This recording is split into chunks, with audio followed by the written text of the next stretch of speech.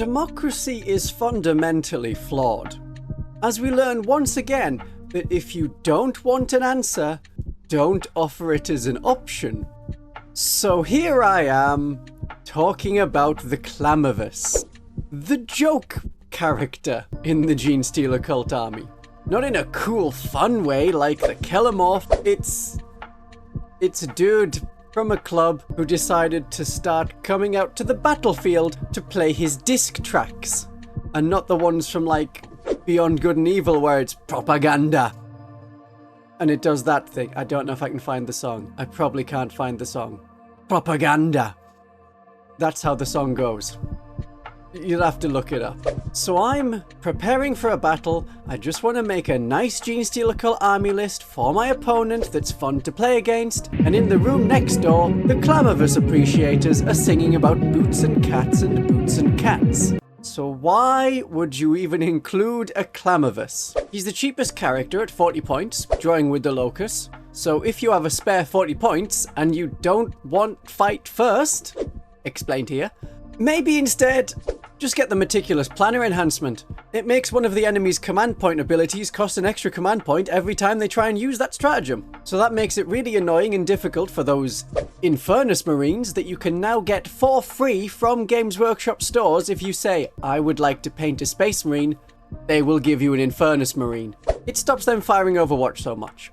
Overwatch is scary for us when it comes from auto-hitting flamers, and we cost like 15 points per acolyte for 1 wound, 5-up save. Fire bad for Genestealer cult. Fire good for Battle Sisters, but fire bad for Genestealer cult. The abilities of the Clamavus: he brings the beat down. But he has no combat ability, and so he is the one who will easily get beaten down by harsh words or some Eldar civilian that maybe doesn't even have a close combat weapon. But the Storm Guardian error has been corrected on that. So we're definitely not taking for any kind of combat ability, but for the 2 loud noises that he can make. Voice of New Truths, which means enemies within 12 inches that take Battleshock tests, subtract 1 from their Battleshock tests, and if they fail it, they take 1 mortal wound. So this is the equivalent of a dude running away from his noise. And we have the Scrambler array, which means that enemy units cannot be set up as reinforcements within 12 inches, so that refers to things like Outflank and Deep Strike if you're facing an army with a lot of Deep Strike like Genestealer, like demons. Yep. There are a couple of ways I can think of making the best out of his Voice of New Truths ability. You could have him near to a Patriarch. The Patriarch makes every enemy unit within 6 inches take a Battleshock test, or once per game, every unit within 12 inches of him. But then you're also going to need to get the Clamavus pretty much right next to the Patriarch, and wherever the Patriarch is killing stuff, you don't want the really weak Clamavus. The other option is to use the Imperial Guard, Brood Brothers Banehammer. Its Tremor Quake cannon causes the target and every other infantry unit within 3 inches of that target take a Battleshock test. But that would mean you would need to get the Clamavus really close to where the enemy you're shooting at is. Actually, maybe that is the best place for him. Yes, send him on his own straight up there. Then we'll fire a Tremor cannon at him and we'll say it's all part of the plan. This is not a lot of great utility, and it would take up pretty much all of your Brood Brothers selection just to include that in a 2,000 point list. I'll have to talk about the best Brood Brothers separately in another video. Now, we can't have the Clamavus in a unit of Genestealers with a Patriarch. He can go with hybrid metamorphs. No, because you're unlikely to be taking hybrid metamorphs at this time, and it would mess with their scout ability to include him with them. Acolytes? Possible. You can certainly do enough damage that may trigger the enemy to take a Battleshock test in their following turn, and his ability would then stop counter Deep Strike from a unit of, say, Inceptors, which are doing quite nicely at the moment. So your Acolytes that are taking out the enemy on objective could be quite safe, or perhaps more likely, you put him with a unit of neophytes, and he wants to be in your deployment zone. So having him with a unit of neophytes on your home objective means that the neophytes can be generating command points every turn, in theory, if they roll a 4+. I know it's not as good as the Eldar Guardians getting a Fate dice, or the Battle Sisters getting a Miracle dice, because you are capped at 1 command point through this way. But that's their job. Neophytes on your home objective generate command points. And the Scrambler array means that enemies cannot be set up near him.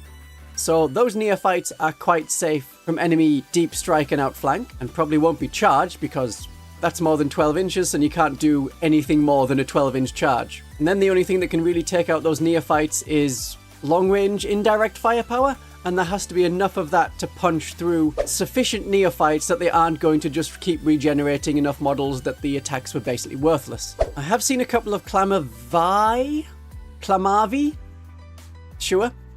Taken in tournament lists, either with neophytes or just by themselves. 2 of them on the battlefield behind cover, essentially giving you, between them, a 48 inches wide area with no deep striking allowed. And when you put their auras next to each other, it's potentially 50 inches. That's alright. That is a tactic for certain. But they're going to be vulnerable to sniper fire and indirect fire if they're by themselves, and it's a toughness 3 guy with a 5+ save, so if the enemy has any tools to deal with him, he's going down quickly. Otherwise, you put him with neophytes, and then the neophytes can take all the hits. But then you're putting even more points into this, and you should only do it if you were going to have those neophytes move onto the mid-board objectives anyway, because you're going to need the 2 Clamavus on the table already. Otherwise, if you don't get the first turn, you're not ready to counter the enemy turn 2 deep strike, because your turn 2 deep striking would come after theirs, and the Clamavus wouldn't be on the table for that. So if you want 2 units of neophytes, each with a Clamavus, to walk slowly towards the midfield objectives,